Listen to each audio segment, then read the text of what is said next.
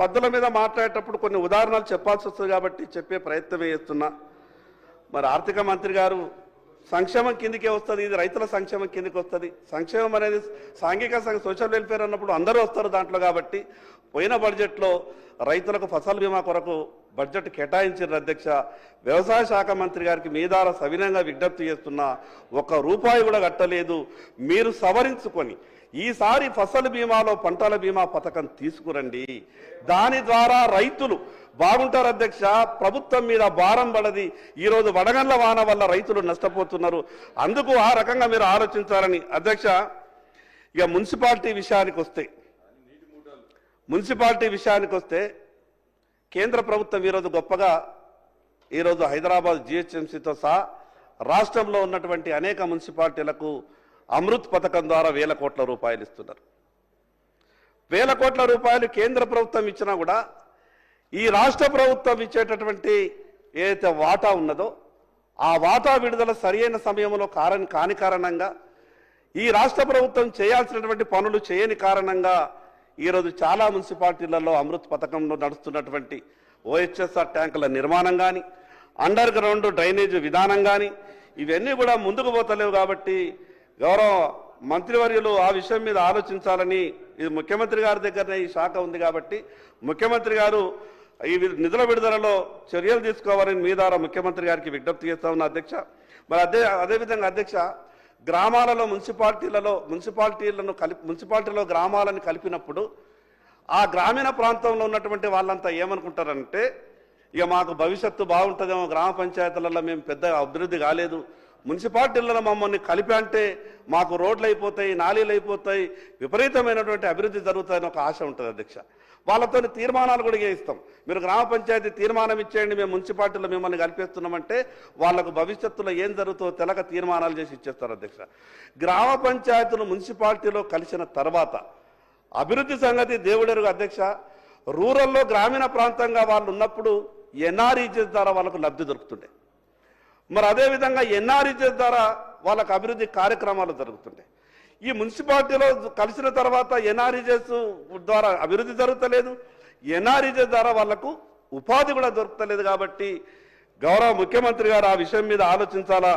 మరి అదేవిధంగా అధ్యక్ష, ఈ HMDL గత ప్రభుత్వ నిర్వాహకం పెద్ద పెద్ద కంపెనీలకు ఏం చేశారు అధ్యక్ష, 25 చెరువులు, 1,50,000 నుంచి 2,00,000 కోట్ల రూపాయల విలువైనటువంటి భూములు, 25 చెరువులు బడా రియల్ ఎస్టేట్ కంపెనీలకు అప్పగించారు.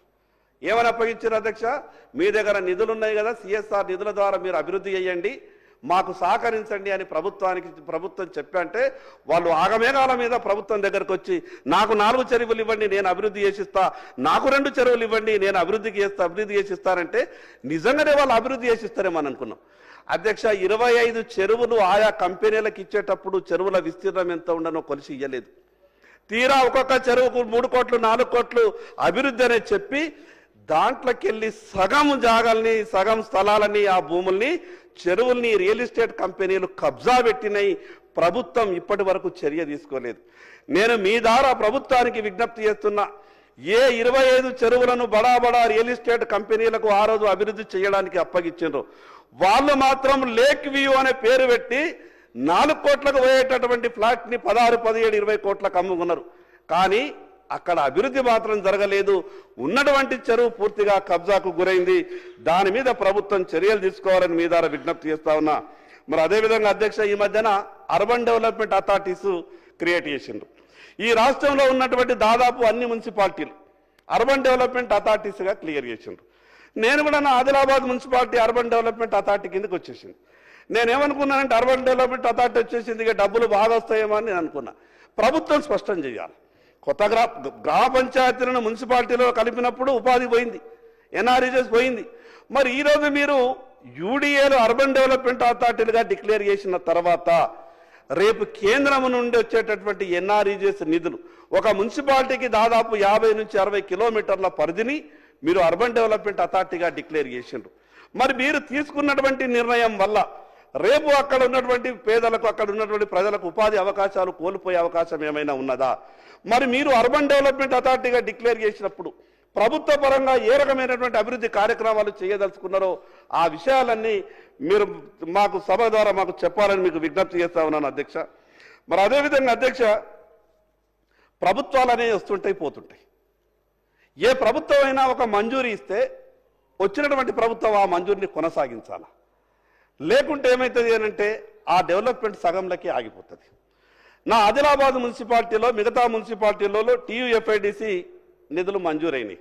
నేను కొత్తగా ఎమ్మెల్యే అయిపోయింటే నా దగ్గరికి అధికారులు కాగితాలు తీసుకొచ్చిండ్రు. సార్ మన దగ్గర 60 కోట్లు మంజూరైనాయి, మీరు అవి కొద్దిగా నిధుల విడుదలలో జాప్యం అవుతున్నది, కొద్దిగా తొందరగా విడుదల చేస్తే మనకు రోడ్లన్నీ అయిపోతాయంటే నాకు పెద్ద అనుభవం లేక నేను ఆ కాగితం పట్టుకొని హడావుడిగా హైదరాబాద్ వచ్చేసిన. ముఖ్యమంత్రి గారికి నాకు పాత పరిచయం ఉన్నది, నేను పోయాంటే నాకు ఇచ్చేస్తాడు అనంటే నేను ముఖ్యమంత్రి గారికి కాగితం ఇచ్చిన. అన్నా నేను కొత్తగా ఎమ్మెల్యే అయితే నా ఆదిలాబాద్లో పనులు కావాలా, 60 కోట్లు పాత ఏదో ఉన్నాయనంటే ఇక వాళ్ళు చెప్పేది వాళ్ళు చెప్పిండ్రు. వాళ్ళు ఏదో లెక్కకు మించి మంజూరులు ఇచ్చారు కాబట్టి నిధుల విడుదలలో జాప్యం అంటారు. ఈరోజు మీ ద్వారా గౌరవ ముఖ్యమంత్రి గారికి విజ్ఞప్తి చేస్తున్నా. మరి సభలో అదేవిధంగా సెక్రటరీ గారు వారు కూడా ఉన్నారు, దానకిషోర్ గారు, చాలా మంచి అధికారి. పాపం ఎంత మంచి అధికారంటే పోయి చెప్పిన తర్వాత నేను కొంత నారాజైతే నీ బాధను అర్థం చేసుకుంటున్న ఎమ్మెల్యే గారు, నేను తప్పకుండా మీకు న్యాయం చేస్తాను అన్నాడు. కానీ నేను మరొక్కసారి ముఖ్యమంత్రి గారికి విజ్ఞప్తి చేస్తున్నా, మా వెనుకబడ్డటువంటి ఆదిలాబాద్ అటువంటి జిల్లాలలో ఉన్నటువంటి మున్సిపాలిటీలకు టీయూఎఫ్ఐడిసి ద్వారా మంజూరైనటువంటి నిధులన్నీ కూడా విడుదల చేయాలా. మరి అదేవిధంగా అధ్యక్ష, ఆ మున్సిపాలిటీలు బాగుండాలంటే మున్సిపాలిటీలకు అధికారాలు కూడా ఇవ్వాలి. అధికారాలన్నీ హైదరాబాదులో పెట్టుకొని మున్సిపాలిటీలో జరిగేటటువంటి ఏ పనినైనా మేము దాన్ని మొత్తం హైదరాబాద్లో టెండర్ పెడతాం, ఆ కాంట్రాక్టర్ అంతా కూడా మా గుప్పిట్లోనే ఉండాలా, అక్కడ బల్బు పెట్టాలన్నా హైదరాబాద్ నుంచే పంపిస్తాం, అక్కడ నల్ల రిపేర్ చేయాలన్నా హైదరాబాద్ నుంచే పంపిస్తామంటే ఇది సరి అయినటువంటి పద్ధతి కాదు అధ్యక్ష. ఈ ప్రభుత్వం దగ్గర ఉండే అధికారాలు ప్రభుత్వం దగ్గర ఉన్నాయి విపరీతంగా. స్థానిక సంస్థలకు వాళ్ళకి ఇచ్చే అధికారాలు వాళ్ళకి ఇస్తేనే కదా అధ్యక్ష వాళ్ళు ఏమన్నా చేసేది. అందుకే మీ ద్వారా ప్రభుత్వానికి విజ్ఞప్తి చేస్తున్నా, మున్సిపాలిటీలకు స్వేచ్ఛనివ్వండి, మున్సిపాలిటీలకు అధికారాలు ఇస్తేనే బల్బులు వాళ్ళు పెట్టుకోలేరా అధ్యక్ష? బల్బుల టెండర్ హైదరాబాద్లో జరగాల్సినటువంటి అవసరం ఏమున్నది? అందుకే మున్సిపాలిటీలకు ఇచ్చేటటువంటి అధికారాలు వాళ్ళకి ఇవ్వాల్సిందిగా మీ ద్వారా విజ్ఞప్తి చేస్తున్నాను అధ్యక్ష. మరి అదేవిధంగా అధ్యక్ష, మున్సిపాలిటీలలో తాగడానికి నీళ్లు లోకల్ సోర్స్ ఏం లేదు అధ్యక్ష. ఈ భగీరథ వచ్చింది అధ్యక్ష, గ్రామంలో కానీ మున్సిపాలిటీలో కానీ లోకల్ సోర్స్ ఎక్కడా కూడా లేదు. ఉన్నటువంటి లోకల్ సోర్స్ అన్నీ కూడా చనిపోయినాయి. అక్కడ మున్సిపాలిటీలో ఉన్నటువంటి కనీస చెరువులని కబ్జా కాకుండా ప్రభుత్వం చర్యలు తీసుకోవాలి అధ్యక్ష. 200 కిలోమీటర్లకు వెళ్ళి ఈ అమృత్లో రావాలా, ఇంటింటికి నల్లా రావాలంటే ఎక్కడా వస్తలేదు అధ్యక్ష. దాంతో చాలా ఇబ్బందులకు గురవుతారు. ఇప్పటికే ఈ సంవత్సరం నీటి ఎద్దడి విపరీతంగా ఉన్నది. నేను మీ ద్వారా గౌరవ ప్రభుత్వంలో ఉన్నటువంటి పెద్దలకు విజ్ఞప్తి చేస్తా ఉన్నా, ఎప్పుడు ఈ 30-32 సంవత్సరాల నా రాజకీయ జీవితంలో ఏ రోజు కూడా ఇంత కరువు కనిపించలేదు. ఇది మార్చి నెలలో ఉన్నాం, ఇప్పటికే భూగర్భ జలాలన్నీ కూడా అడగంటిపోయినాయి, మంచినీటి ఎద్దడి స్టార్ట్ అయింది. ప్రత్యేకంగా మున్సిపాలిటీల మీద ఈ యొక్క మంచినీటి ఎద్దడి నివారించే విధంగా ప్రభుత్వం చర్యలు తీసుకోవాలని మీ ద్వారా విజ్ఞప్తి చేస్తున్నాను అధ్యక్ష. మహిళా సంక్షేమం అందరం కోరుకుంటాం, మహిళా సంక్షేమం జరిగితేనే మనం అంతా బాగుంటామని.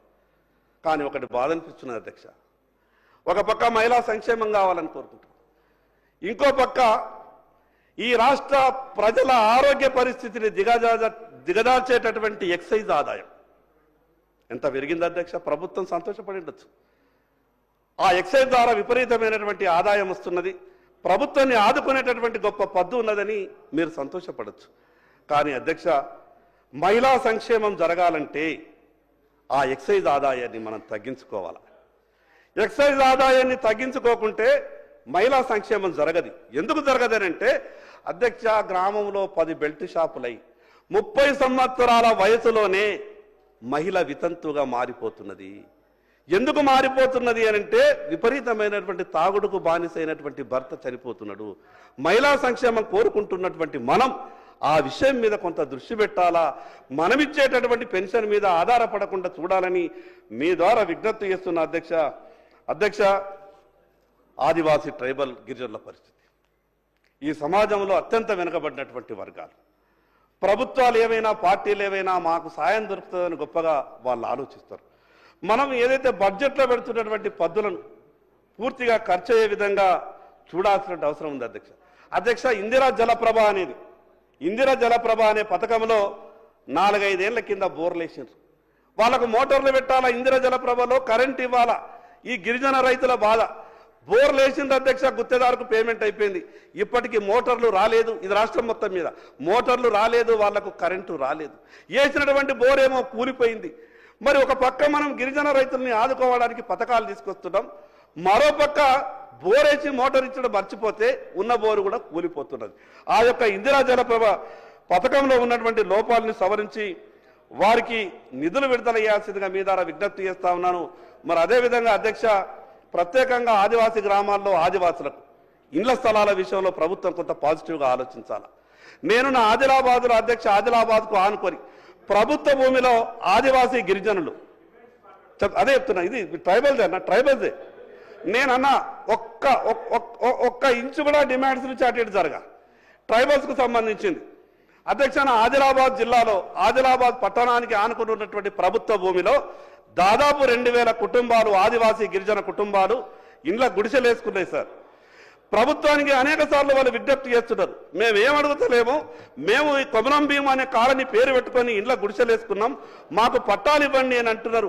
ప్రభుత్వం మీద రూపాయి భారం లేకుండా ఆ గిరిజనులకు, ఆదివాసులకు ఇండ్ల పట్టాలు ఇచ్చే అవకాశం ఉంది. కాబట్టి ప్రభుత్వం ఆ రకంగా చర్యలు తీసుకోవాలని, ఆ కొమరం భీం కాలనీలో నివసిస్తున్నట్టు వాళ్ళందరికీ పట్టాలు ఇవ్వాలని మీ ద్వారా ప్రభుత్వానికి విజ్ఞప్తి చేస్తున్నాను అధ్యక్ష. గౌరవ ఎల్ఏ మంత్రి గారి దగ్గర ఉన్నటువంటి ఐటీకి సంబంధించినటువంటి ఎల్ఏ మినిస్టర్ గారు, ఐటీ మినిస్టర్ గారు, నేను చెప్తున్నటువంటి ఈ మాటను కొద్దిగా నేను ప్రత్యేకంగా విజ్ఞప్తి చేస్తా ఉన్నా ఎల్ఏ మంత్రి గారికి, ఐటీ మినిస్టర్ గారికి. అధ్యక్ష, మంత్రి గారి ఆధ్వర్యంలో ఉన్నటువంటి టీఎస్ ఫైబర్, ఈ ఐటీ రంగాన్ని విస్తరించాలని, ఇన్ఫర్మేషన్ టెక్నాలజీ ప్రతి ఒక్కళ్ళకు దొరకాలని కేంద్ర ప్రభుత్వం గొప్పగా ఆలోచించి 1000 కోట్ల రూపాయలు ఇచ్చింది అధ్యక్ష. టీఎస్ ఫైబర్ అనే సంస్థ కూడా తెలంగాణ రాష్ట్ర ప్రభుత్వం ఏర్పాటు చేసింది. దాన్ని మిషన్ భగీరథలో ఆ డక్ పైప్స్ అన్ని కూడా వేసింది. కాంట్రాక్టర్లకు పేమెంట్లు అయిపోయినాయి, విచ్చలవిడిగా పని జరిగింది, ఒక సిస్టమేటిక్ లేదు. ఎంత గొప్పగా చెప్పారంటే ఈ టీఎస్ ఫైబర్ చేసేటటువంటి పనుల వల్ల గ్రామీణ ప్రాంతంలో ఉన్నటువంటి అందరికి కూడా ఈ ఇన్ఫర్మేషన్ టెక్నాలజీ డెవలప్ అవుతుంది, గ్రామ పంచాయతీలో సేవలు అందుతాయి, గ్రామాలలో కూడా ఫ్రీ వైఫై వస్తాయని చెప్పినటువంటి ప్రభుత్వం దాన్ని మధ్యనే విడిచిపెట్టింది. ఈ రోజు కూడా అధ్యక్ష, ఈ ప్రభుత్వం వచ్చి 15 నెలలైంది. టీఎస్ ఫైబర్ గురించి జరగాల్సినటువంటి ఇన్ఫర్మేషన్ టెక్నాలజీ విషయంలో ఇప్పటికీ ఆ పనుల మీద ప్రభుత్వం పూర్తిగా దృష్టి పెడతలేదు అధ్యక్ష. ఇదే స్కీములో అటు ఉన్నటువంటి ఆంధ్రప్రదేశ్ రాష్ట్రం కేంద్ర ప్రభుత్వం 1000 కోట్ల రూపాయలు తీసుకొని రాష్ట్ర ప్రభుత్వం ఖర్చు పెట్టి మానిటరింగ్ చేసి ఆ పథకం అమల్లోకి వచ్చి సంవత్సరానికి కొన్ని 100 కోట్ల రూపాయలు ప్రభుత్వం సంపాదిస్తున్నది. ఈరోజు గ్రామీణ ప్రాంతంలో, పట్టణ ప్రాంతంలో ఇన్ఫర్మేషన్ ఐటీకి సంబంధించిన సేవలన్నీ కూడా వాళ్ళు వినియోగించుకుంటున్నారు అధ్యక్ష. దివ్యాంగుల పరిస్థితి, సమాజం అంతా కూడా మానవతా దృక్పథంతో ఈరోజు ఆలోచించాలి. వాళ్ళ జీవితమే ఒక ఇబ్బందికరమైనటువంటి జీవితం. దివ్యాంగుల సంక్షేమం గురించి మనం మాట్లాడుతున్నప్పుడు వారెవరైనా ఉపాధి కొరకు లోన్లు పెట్టుకుంటే అధ్యక్ష, ఒక మండలంలో 600 నుంచి 700 మంది దివ్యాంగులు ఉంటే ఒకటి మాత్రమే ఇస్తున్నాం అధ్యక్ష. 600-700 మంది దివ్యాంగులు ఉన్న ఆ మండలంలో ఒక యూనిట్ ఇస్తే ఎట్లా సాధ్యమవుతుంది అధ్యక్ష దివ్యాంగుల సంక్షేమం? కనీసం 600-700 దివ్యాంగులు వాళ్ళు ఉన్నప్పుడు వాళ్ళు ఆఫీస్కు రావాలంటే కష్టం అధ్యక్ష. వాళ్ళు మెట్లు ఎక్కలేరు, పాపం వాళ్ళు మెట్లు ఎక్కలేరు, ప్రయాణం చెయ్యలేరు. ఆశతోని ఫారాలు పట్టుకొని మండల కార్యాలయాలు, మున్సిపాలిటీ కార్యాలయాల చుట్టూ తిరుగుతున్నారు.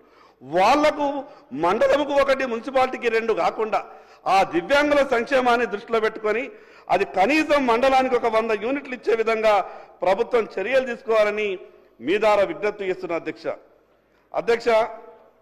సోషల్ వెల్ఫేర్ అంటే చాలా బాధ్యతలు ఉంటాయి అధ్యక్ష, 1-2 కాదు. గతంలో ఇండ్ల స్థలాలు లేని వాళ్ళందరికీ కూడా సోషల్ వెల్ఫేర్ డిపార్ట్మెంటే భూమి సేకరించి ఇండ్ల స్థలాలు ఇస్తుంటే, దాదాపు నేను 25 సంవత్సరాలు చూస్తున్నా ఆ సోషల్ వెల్ఫేర్ అనేది ఇండ్ల స్థలాల కొరకు భూమి సేకరిస్తలేదు. ఇండ్ల స్థలాలు లేనటువంటి ఏ పేదలకు కూడా ఒక ప్లాట్ ఇచ్చినటువంటి సందర్భాలు లేవు. ప్రభుత్వ స్థలాలు ఉన్నాయి, వాటిని గుర్తించి పేదలకు ఇచ్చే విధంగా ప్రయత్నం చేయాలని మీ ద్వారా గౌరవ ముఖ్యమంత్రి గారికి విజ్ఞప్తి చేస్తున్న అధ్యక్ష. బీసీల గురించి ఒక పార్టీకి మించి ఇంకో పార్టీ బీసీలకు మేం చేసినామంటే మేం చేసినామని చెప్పుకునే ప్రయత్నం చేస్తారు. ఈ సమాజంలో 56-58% ఉన్నటువంటి బీసీల సంక్షేమం కొరకు మాట్లాడుతున్నప్పుడు బడ్జెట్లో ఆ రకమైనటువంటి స్థానమే ప్రభుత్వం కేటాయించాలి. అధ్యక్ష చెప్పిండ్రు, బీసీలకు అన్ని రకాలుగా మేము సాయం చేస్తాం, ఎక్కడ కూడా బీసీల గురించి మేము వెనకడుగు వేసేటటువంటి పరిస్థితే లేదని చెప్పిండ్రు. ఈరోజు బీసీ కార్పొరేషన్ల 9 సంవత్సరాల నుండి మూతపడ్డాయి. 9 సంవత్సరాల నుండి చిల్లి గవ్వలేదు అధ్యక్ష. గత ప్రభుత్వం బీసీలకు ఉపాధి అవకాశాల కొరకని చెక్కులు ఇచ్చిండ్రు అధ్యక్ష. ఆ చెక్కులు బ్యాంకులలో చెల్లలేదు అధ్యక్ష. ఇప్పటికీ చిరిగిపోయినటువంటి చెక్కులని బీసీ యువకులు జేబులలో పెట్టుకొని తిరుగుతున్నారు. కొత్తగా వచ్చినటువంటి ప్రభుత్వమైనా సరే బ్యాంకులలో ఏమన్నా నగదు జమ చేసి మాకేమైనా సాయం చేస్తారేమని ఈ రోజు కూడా బీసీ యువకులు తిరిగిన చెక్కుల్ని జేబులో పెట్టుకొని తిరుగుతున్నారు. కాబట్టి మీ ద్వారా గౌరవ బీసీ మంత్రివర్యులకు విజ్ఞప్తి చేస్తున్నా, మీ మీద తెలంగాణ బీసీ సమాజం అంతా గొప్ప ఆశలు పెట్టుకున్నది. కాబట్టి మీరు ఎక్కువ నిధులు కేటాయించే విధంగా ప్రయత్నం చేయాలి అధ్యక్ష. ఈరోజు బీసీ సంక్షేమం కొరకు ఏవైతే మీరు ఇస్తానన్నటువంటి మాటలు ఎటువైనాయో అర్థమైతలేదు. మీరు పెట్టినటువంటి పద్దు ఈరోజు బీసీలకు ఎటు కాదు అధ్యక్ష. బీసీలకు మిగతా దారి లేదు అధ్యక్ష. ప్రతి సంవత్సరం 20,000 కోట్ల రూపాయలు కేటాయింపులు అన్నారు అధ్యక్ష. ఎక్కడికి వెళ్ళినాయో ఏమో మీ మాటలు, కేటాయింపులలో చూస్తే మాత్రం ఎక్కడ కూడా లేదు అధ్యక్ష. ఇంకొక ముఖ్య విషయం, మొన్న సభలో చర్చ జరిగింది. సభలో చర్చ జరిగినప్పుడు గౌరవ పెద్దలు చెప్పారు, ఇదొక మంచి బిల్లు తీసుకొస్తున్నాం, మీరందరూ కూడా సహకరించాలనంటే నేను తప్పకుండా చెప్పినా మేము సహకరిస్తాం. కానీ 42% ఏదైతే బీసీలకు ఇస్తున్నామని చెప్తున్నటువంటి ప్రభుత్వం కేవలం బీసీలకు మాత్రమే ఇవ్వాలని చెప్పినాం. ప్రభుత్వం నుంచి సమాధానం రాలేదు. సమాధానం చెప్తారని అనుకున్నాం. కానీ మీ ద్వారా నేను గౌరవ ముఖ్యమంత్రి గారికి విజ్ఞప్తి చేస్తున్నా, నేను మిగతా వాళ్ళ గురించి మాట్లాడదలుచుకోలేదు. కానీ 42% బీసీలకు ఇస్తానన్న 42% బీసీలకు మాత్రమే రావాలా? దాంట్లో మిగతా వర్గాలను మీరు చొప్పించి బీసీలకు రావాల్సినటువంటి వాటాను వాళ్ళు తీసుకెళ్తామనంటే బీసీలకు అన్యాయం చేసిన వాళ్ళు అవుతారు. ఈరోజు జిహెచ్ఎంసీలో ఏం జరిగిందో తెలుసు, మున్సిపాలిటీలలో ఏం జరిగిందో తెలుసు. కాబట్టి ఈ 42% బీసీలకు మాత్రమే వర్తించాలా, మిగతా వర్గాలను మేము కలపము అనే విధంగా ప్రభుత్వం స్పష్టం చేయాల్సిందిగా మీ ద్వారా విజ్ఞప్తి చేస్తున్నాను అధ్యక్ష. ఈ ఫైనాన్స్ కార్పొరేషన్, ఈ ఫెడరేషన్లు ఏం లాభం అధ్యక్ష? ఇన్ని ఫెడరేషన్లు ఇచ్చి 19 ఫెడరేషన్లు ఇచ్చిన అధ్యక్ష. కార్పొరేషన్లు అయితే కులంకొక కార్పొరేషన్ అయింది. ఏంది అధ్యక్ష ఇది మోసం కాదా? ఇది కాంగ్రెస్ టీఆర్ఎస్ పార్టీలు 2 పార్టీల మోసం కాదా? ఒక పక్క ఎన్నికల కన్నా ముందు మీరు మాకు ఆశలు రేకెత్తిస్తారు, కులానికి ఒక ఫెడరేషన్ ఇస్తారు, కులానికి ఒక కార్పొరేషన్ ఇస్తారు. ఆ కార్పొరేషన్లో చైర్మన్ కుర్చీ ఒకటి ఉంటుంది తప్ప మిగతా ఏమి బడ్జెట్ ఉండదు. ఆ కార్పొరేషన్కు నిధులుండయి, విధులుండయి. మరి ఆ రకంగా కార్పొరేషన్లు మాకు ఎందుకు ఇస్తారు అధ్యక్ష? అంటే ఆ రకంగా మమ్మల్ని మోసం చేయడం ఆ 2 రాజకీయ పార్టీలు ఏమనుకుంటున్నాయనంటే, మేము ఎన్నికల సమయంలో ఏం చెప్పినా చెల్లుతుంది, బీసీలకు అర్థం కాకుండా కొన్ని విషయాలను చెప్పి మేము రాజకీయాలు చేయగలుగుతామని అనుకుంటున్నాం అధ్యక్ష. మాకు కూడా అన్ని తెలుస్తాయి అధ్యక్ష. మేము కూడా ఒక సమయం కొరకు వేచి చూస్తున్నాం అధ్యక్ష. బీసీలను ఈ రకంగా మోసం చేస్తే అది ఏ ప్రభుత్వాలన్నా వాళ్ళ మనుగడకే కష్టమవుతుంది అధ్యక్ష. ఇంకొక విషయం చెప్తా, ఇది ఎంత ఘోరం అంటే, మన గౌరవ ముఖ్యమంత్రి గారు మాట్లాడుతూ మైనార్టీ కాలేజీలకు సంబంధించినటువంటి ఫీజు రియంబర్స్మెంట్ అంతా కూడా బకాయి ఉన్నది, తప్పకుండా ఆ బకాయిలన్నీ కూడా రంజాన్ ఉన్నది కాబట్టి ఆ బకాయిలన్నీ కూడా విడుదల చేయిస్తాం, మీరు సంతోషంగా పండుగ చేసుకోండి అని గౌరవ ముఖ్యమంత్రి గారు అన్నారు. చాలా సంతోషం అధ్యక్ష, నేను దాన్ని వ్యతిరేకిస్తా.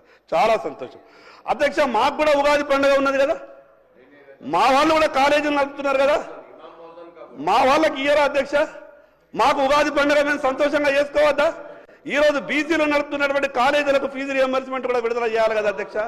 నేను అందుకే విజ్ఞప్తి చేస్తున్నా అధ్యక్ష, మీరెవరికి విడుదల చేసినా మమ్మల్ని కూడా దృష్టిలో ఉంచుకోవాల్సిందిగా మీ ద్వారా విజ్ఞప్తి చేస్తున్నాను అధ్యక్ష.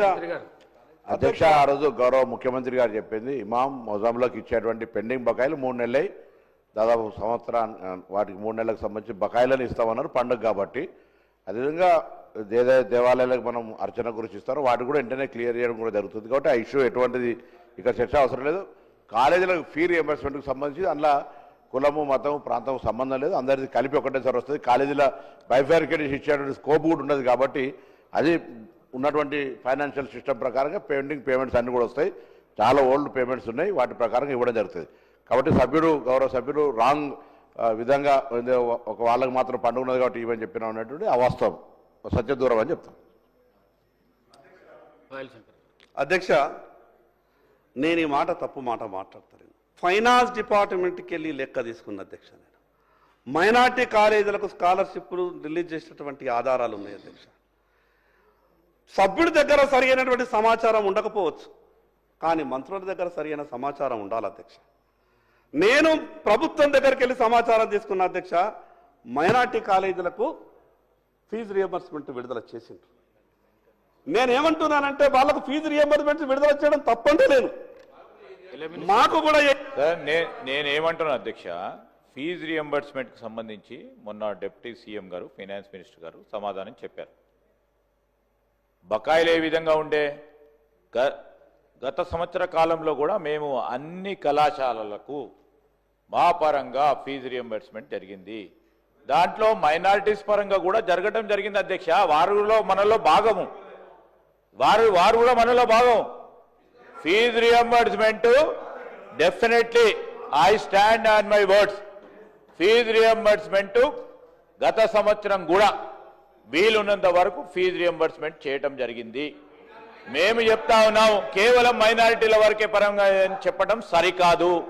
వారు నివేదిక తీసుకుండొచ్చు, వారి ఫైనాన్స్ మినిస్ట్రీ ద్వారానో లేకుంటే వెల్ఫేర్ మినిస్ట్రీ ద్వారానో వారు ఆర్టీఐ ద్వారానో లేకుంటే వారికి సంబంధించి తీసుకోవచ్చు. కానీ మేము కూడా మా రాష్ట్ర ప్రభుత్వం తరఫున అందరికీ ఇవ్వటం జరిగింది, కేవలం ఒక్కరికే కాదు అని మీ ద్వారా గౌరవ సభ్యులకు తెలియజేస్తా ఉన్నాం. అధ్యక్ష, నేను ఒకరికి ఇవ్వడం తప్పు అంటలేను, మాకు కూడా ఇవ్వండి అంటున్నా. మీరు వాళ్ళకి ఎందుకు ఇచ్చిండ్రు అని అంటలేను. బీసీలు కూడా ఈ సమాజంలో మనుషులే కదా, బీసీ విద్యార్థులు కూడా విద్యార్థులే కదా. ఒకరి మీద మీకు ప్రేమ ఎందుకు ఎక్కువ ఉన్నది, ఇంకోళ్ళ మీద తక్కువ ఎందుకున్న విషయం మాత్రమే అడుగుతున్నా అధ్యక్ష. మీరు ఇవ్వండి, సంతోషం అధ్యక్ష. వాళ్ళ దాంట్లో పేదలు ఉన్నారు, నేను లేదు అంటలేను. కానీ బీసీలు నిర్వహిస్తున్నటువంటి కాలేజీ యాజమాన్యాలకు రియంబర్స్మెంట్ ఎందుకు ఇవ్వరు? పండగలు మాకు ఉన్నాయి అధ్యక్ష. ఉగాది పండగ వస్తున్నది, మేము కూడా సంతోషంగా చేసుకోవాలి కదా. శ్రీరామనవమి ఉన్నది, ఈ పండుగలన్నీ కూడా మేము కూడా సంతోషంగా చేసుకోవాలనంటే ప్రభుత్వం అందరి మీద సమానమైనటువంటి దృష్టి పెట్టాలని మీ ద్వారా గౌరవ ముఖ్యమంత్రి గారికి విజ్ఞప్తి చేస్తున్న అధ్యక్ష. ఎంఎస్సీ ఎంఈలో మాకు చాలా ఆశలు పెట్టిన అధ్యక్ష, బీసీలకు రిజర్వేషన్లు పెడతామని ప్రభుత్వం ప్రకటన చేయాల. బీసీలకు ఏ రకమైనటువంటి రిజర్వేషన్లు పెడతారు, ఎంత పెడతారు, ఎట్లా పెడతారు అనే విధాన్ని ప్రభుత్వం స్పష్టంగా ప్రకటన చేయాలని మీ ద్వారా విజ్ఞప్తి చేస్తున్నాను అధ్యక్ష. అదేవిధంగా ఈ కార్పొరేషన్లు, ఈ ఫెడరేషన్లు ఏవైతే ఉన్నాయో, మీరు బీసీల ప్రత్యేకంగా సమావేశం ఏర్పాటు చేసి వాటిని ఉత్సాహ విగ్రహాల్లాగా ఉంచకండి. మీరు చేయగలుగుతామన్నా చేయండి, లేకుంటే లేదు. కానీ 19 కార్పొరేషన్లు, 19 ఫెడరేషన్లు అంటే 40-50 పెట్టి మాకు వచ్చింది చిల్లి గవ్వలేదు. కాబట్టి దాని మీద ప్రభుత్వం సరైనటువంటి దృష్టి సారించాలని మీ ద్వారా విజ్ఞప్తి చేస్తున్నాను అధ్యక్ష. పరిశ్రమలు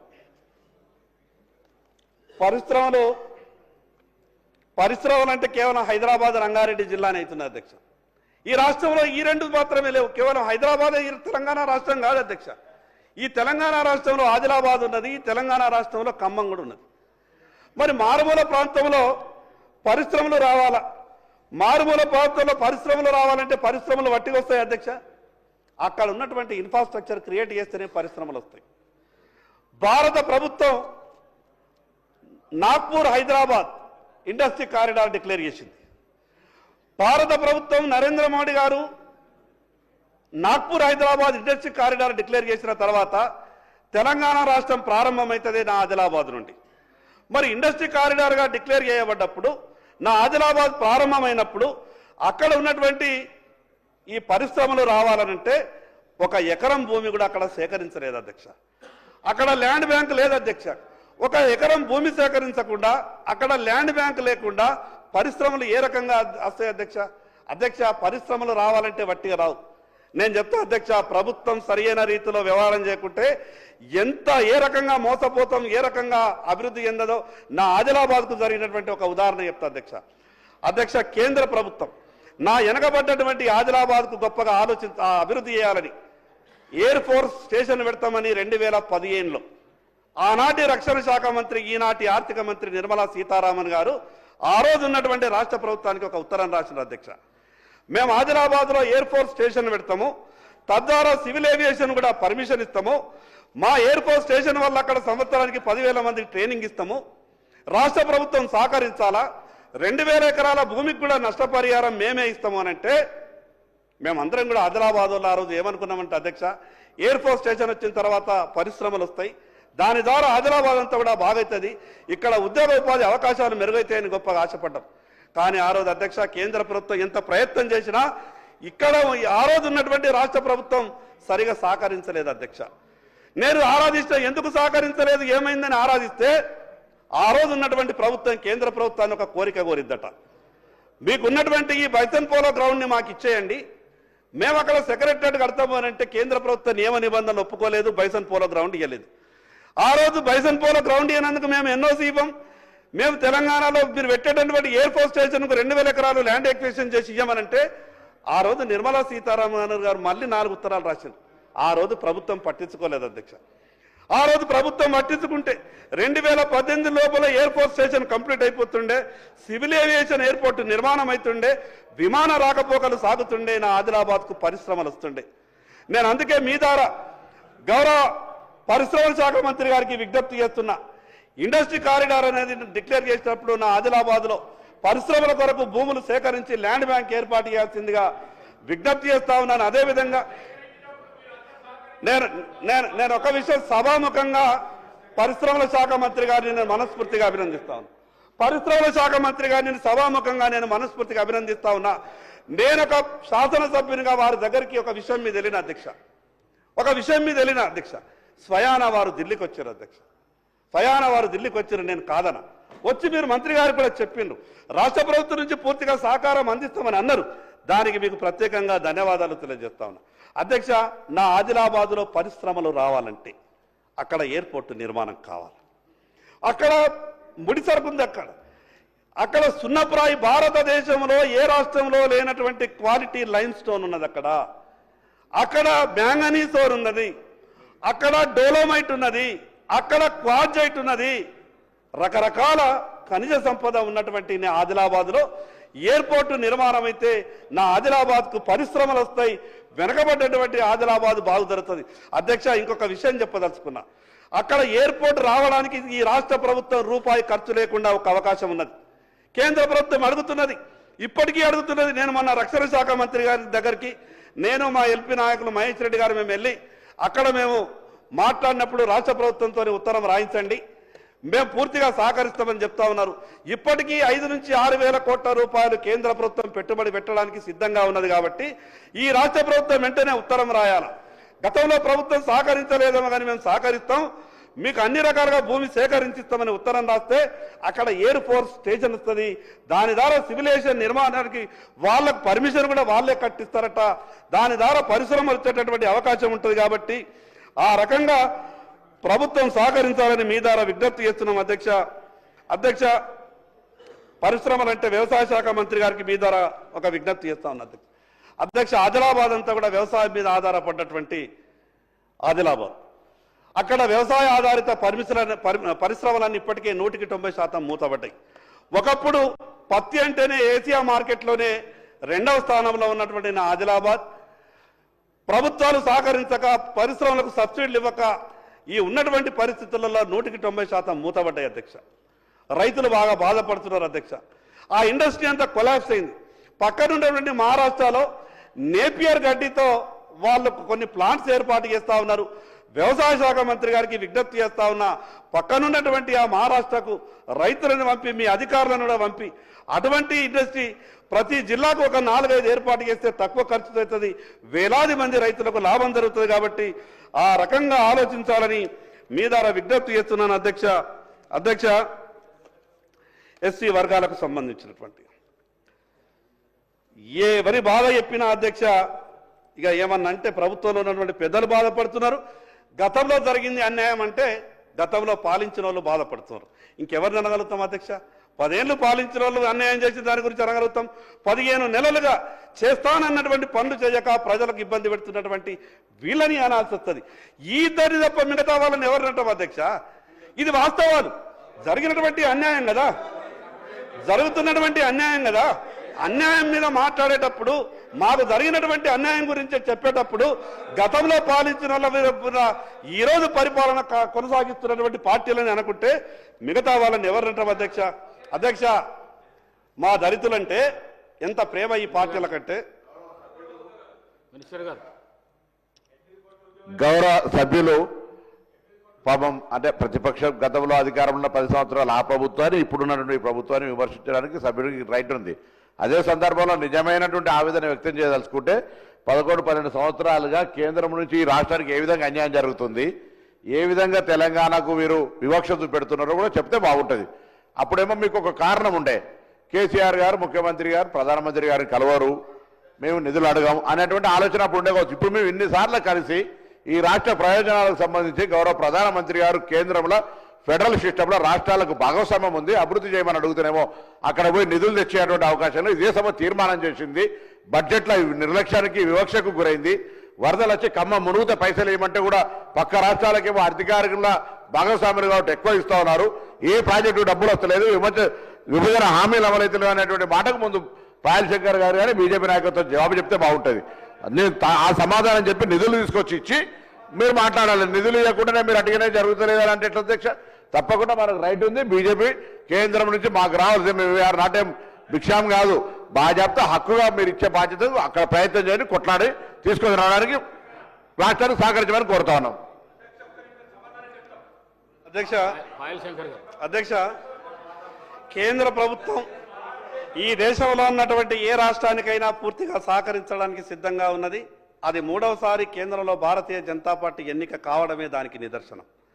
లేకుంటే రాష్ట్రాలకు సహకరించకుంటే 3వసారి ముచ్చటగా దేశ ప్రధానమంత్రిగా నరేంద్ర మోడీ గారు కారు. ఆ విషయం ఎందుకు అధ్యక్ష? గౌరవ ముఖ్యమంత్రి గారు మొన్న ఎంత గొప్పగా చెప్పిండ్రు, కేంద్ర ప్రభుత్వం ఎంత గొప్పగా సహాయం చేస్తున్నదో గౌరవ ముఖ్యమంత్రి గారు చెప్పారు కదా. అంతకన్నా గొప్ప విషయం ఇంకోటి చెప్తా అధ్యక్ష. నేను స్వయానా ప్రత్యక్ష సాక్షి. నా ఆదిలాబాద్కు ముఖ్యమంత్రి గారు అయినటువంటి కొత్తలో ప్రధానమంత్రి గారిని నా ఆదిలాబాద్కు ఆహ్వానించిన అధ్యక్ష. ఆ రోజు ఆదిలాబాద్కు ప్రధానమంత్రి గారు వచ్చిండ్రు. ఆ సభ బ్యాక్ సైడ్ నేను, ప్రధానమంత్రి గారు, గౌరవ ముఖ్యమంత్రి గారు ముగ్గురమే ఉన్నాం. గౌరవ ప్రధానమంత్రి గారు మనస్ఫూర్తిగా మాట్లాడిండ్రు, అచ్చా కామ్ కరో హమ్ హర్ తరీకే సే సాథ్ దేంగే అని. అంతకన్నా నేను స్వయానా నా చెవులతో నా అధ్యక్ష ఆ మాటలు, ఆ అవకాశం నాకు వచ్చింది. నరేంద్ర మోడీ గారు ఎంత సాయం చేస్తున్నారో గౌరవ ముఖ్యమంత్రి గారే చెప్పిండ్రు. మీకు ఆ విషయమే అయితే 11 లక్షల కోట్ల రూపాయలు 11 సంవత్సరాలలో భారతదేశ ప్రభుత్వం ఈ తెలంగాణ రాష్ట్రానికి ఇచ్చిందని గౌరవ కిషన్ రెడ్డి గారు పుస్తకాల రూపంలో చెప్పారు. మీరు కేంద్ర ప్రభుత్వం ఎంత గొప్పగా సాయం చేసిందో చర్చ చేయాలంటే ప్రత్యేకంగా సభని సమావేశపరచండి, పద్ధతులతో సహా చెప్తాం. ఈ రోజు కూడా తెలంగాణ రాష్ట్రంలో కేంద్ర ప్రభుత్వం ఇచ్చిన నిధులతో ఏవేవి పథకాలు నడుస్తున్నాయో మొత్తం కూడా చర్చిద్దాం. అధ్యక్ష బాధ అనిపిస్తుంది.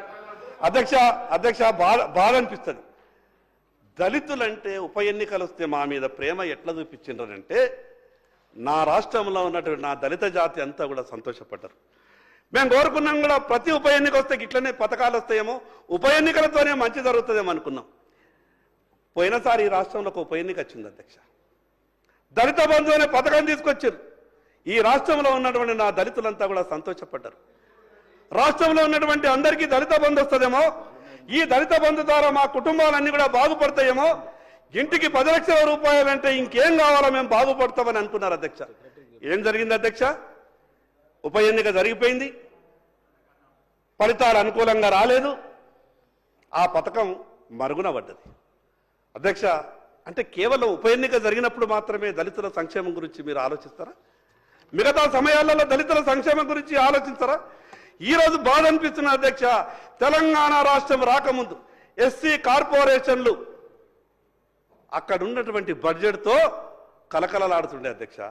ఎస్సీ కార్పొరేషన్ కు ఏ దళిత యువకుడు దరఖాస్తు పట్టుకుని పోయినా 1-2 లక్షల రూపాయల సాయం దొరుకుతుండే, డిఆర్డిఏ ద్వారా సబ్సిడీ వస్తుండే. ఏం పాపం చేసుకున్నాం? తెలంగాణ రాష్ట్రం వచ్చిన తర్వాత 9 సంవత్సరాల నుండి ఎస్సీ కార్పొరేషన్లు మూతబడ్డాయి. ఎవరి పాపం అధ్యక్ష ఇది? తెలంగాణ రాష్ట్రం వచ్చిన తర్వాత ఆంధ్రప్రదేశ్ రాష్ట్రం ఉన్న దానికన్నా ఎక్కువ నిధులు రావాలి కానీ ఈరోజు తెలంగాణ రాష్ట్రం వచ్చిన తర్వాత ఎస్సీ కార్పొరేషన్ మూతబడితే దళితులకు ఏ రకంగా న్యాయం జరుగుతుంది? ఒక్కసారి ప్రభుత్వంలో ఉన్నటువంటి పెద్దలు ఆలోచించాలని మీ ద్వారా విజ్ఞప్తి చేస్తున్నాను అధ్యక్ష. అధ్యక్ష, టిఎస్ ప్రైడ్లో నా దళిత సోదరులు కొందరు చాలామంది లోన్లు తీసుకున్నారు. సబ్సిడీ సమయంలో రాని కారణంగా వాళ్ళకు ఉన్నటువంటి సిబిల్ అంతా కూడా పడిపోయి బ్యాంకులకు వడ్డీలు కట్టలేక ఈరోజు కాగితాలు పట్టుకొని హైదరాబాద్ చుట్టూ తిరుగుతున్నారు. కాబట్టి నేను ప్రభుత్వానికి మీ ద్వారా విజ్ఞప్తి చేస్తా ఉన్నా, టిఎస్ ప్రైడ్లో ఎందరైతే లోన్లు తీసుకున్నటువంటి యువకులు ఉన్నారో వాళ్ళందరికీ కూడా సబ్సిడీలు వెంటనే విడుదల చేసి వాళ్లకు ఆదుకోవాల్సిందిగా విజ్ఞప్తి చేస్తా ఉన్నాను అధ్యక్ష.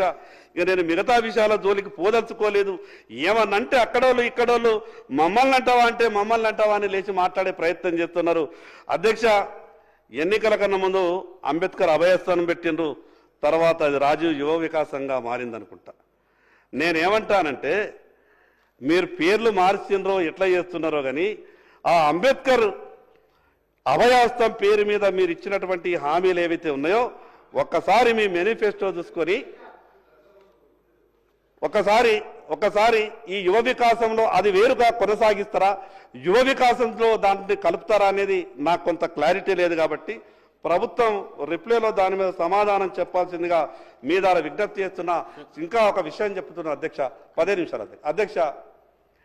ఎస్సీలకు కానీ ఎస్టీలకు కానీ నిధులు కేటాయించిన తర్వాత చట్టం చేసేటప్పుడు ఇక్కడ ఉన్నటువంటి సభలో ఆ రోజు నేను టీవీలో అయిన అధ్యక్ష పెద్దలు గొప్ప ఉపన్యాసాలు ఇచ్చిండ్రు.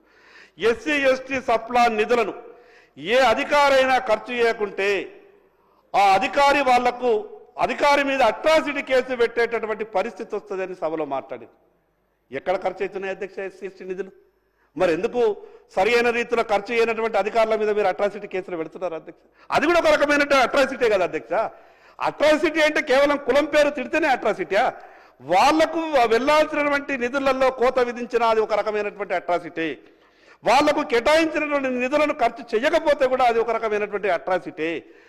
వాళ్ళ సంక్షేమం కొరకు బడ్జెట్లో ఇంత పెద్ద మొత్తంలో పద్దులు కేటాయించినప్పుడు చివరిగా ఆ పద్దు ఖర్చు కానప్పుడు వాళ్ళ పట్ల ప్రభుత్వం అట్రాసిటీ చేస్తున్నట్టే. కాబట్టి ఆ రకంగా పూర్తిగా ఖర్చు అయ్యే విధంగా ప్రభుత్వం చర్యలు తీసుకోవాలని మీ ద్వారా విజ్ఞప్తి చేస్తున్నాను అధ్యక్ష.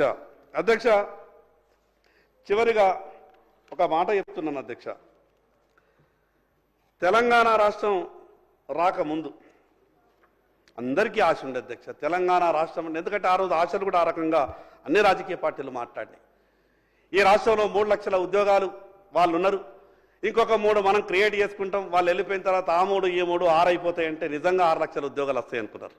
ప్రభుత్వ ఉద్యోగాలు ప్రైవేటుకి ఇవ్వని, కానీ ఏ ఉద్యోగాలు ఎట్లొచ్చినాయో ఏమొచ్చినాయో నేను సంఖ్య జోలికి వెళ్ళా. కానీ అధ్యక్ష, ఈరోజు తెలంగాణ రాష్ట్రంలో అవుట్సోర్సింగ్ కాంట్రాక్ట్ అనే పదం వినిపించకూడదని, ఆ పదం లేకుండా చేస్తానని ఆనాడు పాలించినటువంటి ప్రభుత్వ పెద్దలు గొప్పగా మాట్లాడారు. ఏకంగా కాంగ్రెస్ పార్టీ టీఆర్ఎస్ కన్నా ఒక అడుగు ముందుకేసి ఈ రాష్ట్రంలో 12 యూనివర్సిటీలలో 20 సంవత్సరాలుగా కాంట్రాక్టు పద్ధతిపై పనిచేస్తున్నటువంటి దాదాపు 1200 మంది అసిస్టెంట్ ప్రొఫెసర్లను రెగ్యులరైజ్ చేస్తామని, కాని పక్షంలో ఉద్యోగ భద్రతతో కూడిన యూజీసీ పే స్కేల్తో వర్తింపజేస్తామని చెప్పిండ్రు. కానీ ఇంతవరకు జరగలేదు. కాబట్టి వారి గురించి గౌరవ ముఖ్యమంత్రి గారు పాజిటివ్గా ఆలోచించాలని మీ ద్వారా విజ్ఞప్తి చేస్తా ఉన్నా. అలాగే అధ్యక్ష, విద్యా వ్యవస్థలో గొప్పగా సేవలు అందిస్తున్నటువంటి సర్వశిక్ష అభియాన్కు సంబంధించినటువంటి 20,000 మందికి మీరిచ్చిన హామీలే అమలు చేయాలని, అదేవిధంగా అంగన్వాడీ టీచర్లు పడుతున్నటువంటి బాధలు, ఆశా కార్యకర్తల బాధలు, ఈరోజు రిసోర్స్ పర్సన్లుగా మున్సిపాలిటీలలో సేవ చేస్తున్నటువంటి వాళ్ళు, హోంగార్డులకు అనేకమైనటువంటి సమస్యలు ఉన్నాయి. వారిని కూడా వాళ్ళకు ఉన్నటువంటి సమస్యల మీద కూడా ప్రభుత్వం ఆలోచించాల్సిందిగా మీ ద్వారా విజ్ఞప్తి చేస్తా ఉన్నా అధ్యక్ష. పంచాయతీరాజ్ ఇది చాలా మూలస్తంభం అధ్యక్ష. గ్రామీణ వ్యవస్థ రాష్ట్ర అభివృద్ధికి మూలస్తంభం. గ్రామీణ వ్యవస్థ రాష్ట్ర అభివృద్ధికి, రాష్ట్ర ఆర్థికంకు మూల వ్యవస్థ అయినటువంటి పంచాయతీరాజ్ ఈరోజు కుప్పగూలిపోయింది అధ్యక్ష. ఏ గొప్ప ఆలోచనతోనైతే 73, 74వ రాజ్యాంగ సవరణ ద్వారా గ్రామ పంచాయతీలను, స్థానిక సంస్థలను గొప్పగా తీర్చిదిద్దుకుంటామని పార్లమెంట్లో చట్టమైందో, ఈరోజు గ్రామ పంచాయతీల మున్సిపాలిటీలని పరిస్థితి చూస్తే ఘోరం అనిపిస్తుంది అధ్యక్ష. అధ్యక్ష, గ్రామ పంచాయతీలలో ఎన్నికలు లేవు, చిల్లి గవ్వాలి. ఆ గ్రామ పంచాయతీకి ఇన్ఛార్జీలు ఉన్నటువంటి ఆఫీసర్లు వాళ్ళంతా కూడా పాపం చాలని జీతాలతోని వాళ్ళుంటే వాళ్ళే ఈరోజు ట్రాక్టర్లకు డీజిల్ వేయాలా, బల్బులు పెట్టాలా, ఈ రకంగా చిన్న చిన్న రిపేర్లకు కూడా డబ్బులు లేకుండా చిల్లి గవ్వ లేకుండా గ్రామ స్వరాజ్యం ఆ రకంగా కొట్టుమిట్టాడుతున్నది. చివరికి అధ్యక్ష, పనులు చేసినటువంటి మాజీ సర్పంచులు బిల్లులు రాక, చేసిన అప్పులు కట్టలేక, అవమానాలు భరించలేక, నాయకుడుగా ఉండి నలుగురికి ధైర్యం ఇచ్చే సర్పంచే ఆత్మహత్య చేసుకున్నటువంటి ఒకసారి సభ ఆలోచించాలని మీ ద్వారా గౌరవంగా ప్రభుత్వానికి విజ్ఞప్తి చేస్తా ఉన్నాను అధ్యక్ష. వాళ్ళ బాధలు తీర్చాలా. చిన్న చిన్న పనులు చేసినటువంటి అమ్మ ఒడి కావచ్చు, మరి అదేవిధంగా ఈ ప్రభుత్వం వచ్చిన కొత్త పేరు పెట్టింది, పాఠశాలలు రిపేర్లు చేస్తే, పాఠశాలలో పనులు చేస్తే చిన్న చిన్న కాంట్రాక్టర్లకు బిల్లు వస్తలేవంటే దాని మీద ప్రభుత్వం ఆలోచించాలని మీ ద్వారా ప్రభుత్వానికి విజ్ఞప్తి చేస్తా ఉన్నాను అధ్యక్ష. సంక్షేమం గురించి చెప్పేటప్పుడు మీరు పద్దు మీదనే మాట్లాడాలా, మిగతా విషయాల మీద మాట్లాడితే పద్దుల మీద మీరు డీవియేట్ అయితే సమయం అంతా పోతుందని గౌరవ పెద్దలు చెప్పేటటువంటి ప్రయత్నం చేశారు అధ్యక్ష. నేను ఎందుకు ఆర్థికం మీద చెప్పినానంటే, బడ్జెట్లో పెట్టినటువంటి పద్దు మీద రాష్ట్ర ప్రజలకు బాగా ఒక రకమైనటువంటి నమ్మకం ఉంటుంది. ఎందుకు ఆ నమ్మకం ఉంటుందంటే అధ్యక్ష, ప్రభుత్వం మాట ఇస్తున్నది కాబట్టి ప్రభుత్వం మాట తప్పదేమో అనుకుంటాం. చాలా గొప్పగా చెప్తారు అధ్యక్ష. గతంలో మాట్లాడిన వాళ్ళు ఈ రోజు ఉన్నోళ్ళు ఏమంటారంటే, తెలంగాణ రాష్ట్రాన్ని మేము ఎక్కడికో తీసుకెళ్ళినాం, 10 సంవత్సరాలు పరిపాలించాడు అధ్యక్ష. ఈరోజు మనకున్నటువంటి జిఎస్టిబిలో తెలంగాణ రాష్ట్రం ఈరోజు మనకన్నా గొప్ప ఆర్థిక వ్యవస్థ మహారాష్ట్ర, మనకన్నా గొప్ప ఆర్థిక వ్యవస్థ ఒడిశా, గుజరాత్. వాళ్ళకు ఉన్నటువంటి జిఎస్డిపిలో 2024-25లో మహారాష్ట్ర 20% ఉన్నది అధ్యక్ష, ఒడిశా 12% ఉన్నది అధ్యక్ష, గుజరాత్ 15% ఉన్నది. తెలంగాణ ఎంత ఉన్నదో తెలుసా అధ్యక్ష? 45%. ఎట్లుంటుంది అధ్యక్ష? గొప్పగా చెప్తున్నారు కదా తెలంగాణ రాష్ట్రాన్ని అభివృద్ధి పథంలో ప్రయాణింపజేస్తామని. గతంలో పాలించిన వాళ్ళు చెప్పారు, ఈ రోజు పాలిస్తున్న వాళ్ళు చెప్పారు. ఇంత గొప్పగా మీరు పరిపాలిస్తే ఈ భారతదేశంలో ఏ దేశం చేయనటువంటి అప్పు చేశారు కదా. ఎఫ్ఆర్బిఎం తెలియదు అధ్యక్ష కామన్ మెన్కు, జిఎస్డిపి తెలియదు అధ్యక్ష కామన్ మెన్కు. అప్పులు ఏ రకంగా వస్తాయో తెలియదు అధ్యక్ష. ప్రభుత్వం ఏర్పడ్డ తర్వాత మా మంచి గురించి ఆలోచిస్తాయన్న విషయం మాత్రమే తెలుస్తాయి అధ్యక్ష. అధ్యక్ష, ఎఫ్ఆర్బిఎంకు సంబంధం అధికారులు ఎందుకు అధ్యక్ష? నాయకుడు తప్పు చేస్తేనే సవరించడానికి అధికారులు ఉంటారు. కానీ ఉన్నటువంటి అధికారులు ఎక్కడికి వెళ్ళి ఎంత అప్పు తెచ్చినా కూడా కిమ్ము వరకుండా నేనేదైనా ఎదురు చెప్తే నాకు కావాల్సినటువంటి పోస్టింగ్ రాదేమని ఆ రకమైనటువంటి ఆలోచనలతో భయపడి పనులు చేస్తే మీరు ప్రభుత్వానికి సరైన రీతిలో సలహాలు సూచనలు ఎక్కడ ఇవ్వగలుగుతారు? ఎఫ్ఆర్బిఎంకు సంబంధం లేకుండా అధ్యక్ష, అప్పులు తెచ్చేటప్పుడు కూడా ప్రభుత్వం ఆలోచించాలి. ఈ రోజు భారతదేశంలో ఎక్కడ ఏ రాష్ట్రం కూడా అంత రేట్ ఆఫ్ ఇంట్రెస్ట్ పెట్టి అప్పులు తీసుకురాలేదు అధ్యక్ష. ప్రభుత్వం తీసుకునేటువంటి అప్పుకు 11% వడ్డీ కడతారా? ఇది అసలు భారతదేశంలో ఏ రాష్ట్రం ఉన్నా ఇంత 11% వడ్డీ పెట్టి అప్పులు తెచ్చినాయా? ఈ రోజు అన్ని అప్పులు చేసి విపరీతమైనటువంటి వడ్డీలతో అప్పులు చేశారు కాబట్టి రాష్ట్రం ఈ రకంగా తయారైంది.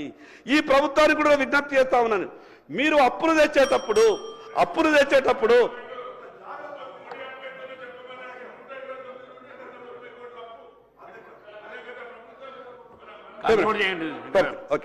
అధ్యక్ష, నేను ప్రభుత్వానికి విజ్ఞప్తి ఏం చెప్తున్నానంటే, అప్పులు తీసుకొచ్చేటప్పుడు జాగ్రత్తలు వహించాలని చెప్తున్నా. ప్రభుత్వం తెచ్చేటటువంటి అప్పు 5%కే అప్పు దొరుకుతుంది, 4%కి అప్పు దొరుకుతున్నది. 11% అప్పు ఎట్లా చేస్తారు అధ్యక్ష? నేను అందుకే మీరు కూడా తక్కువేం చేస్తలేరు. మీరు సంవత్సరం తిరగా ముందే 15 నెలలనే 1,50,00,60,000 కోట్లు అప్పు చేశారు. ఎందుకంటే మీరు కూడా 7-8 లక్షల కోట్ల అప్పు చేయబడుతుంది కాబట్టి మీకు సలహాలు సూచనలు ఇస్తున్నా. తక్కువ వడ్డీలు కొంచెం చూసుకోండి, రాష్ట్ర ప్రజల మీద భారం వేయకండి. ఈ రకంగా సంక్షేమ పథకాలు అమలు కావాలంటే రాష్ట్ర ఆర్థిక పరిస్థితి బాగా కావాలా. మరి అదేవిధంగా ఈ క్యాన్సర్ స్టేజ్లో ఉన్నటువంటి ఈ రాష్ట్ర ఆర్థిక పరిస్థితి ఏ స్టేజ్లో ఉన్నది నిర్ధారించుర్రి. అది మొదటి స్టేజ్లో ఉన్నదా, చికిత్సకు అనుకూలంగా ఉన్నదా, అసలు ఈ చికిత్స చేస్తే కూడా బతికేటటువంటి పరిస్థితిలో ఉన్నదా లేదా, ఏ స్టేజ్లో ఉన్నదో క్యాన్సర్ స్టేజ్ దాన్ని డిక్లేర్ చేయాలా. లేకుంటే రాష్ట్ర ప్రజలు మిమ్మల్ని క్షమించరు. మీరు చేసినటువంటి వాగ్దానాలు నెరవేరాలంటే మీరు సరైనటువంటి మార్గంలో ప్రయాణించాలని ఈ మాట్లాడే అవకాశం ఇచ్చినందుకు మీకు ప్రత్యేకంగా ధన్యవాదాలు తెలియజేస్తూ సెలవు తీసుకుంటున్నాను అధ్యక్ష. Thank you.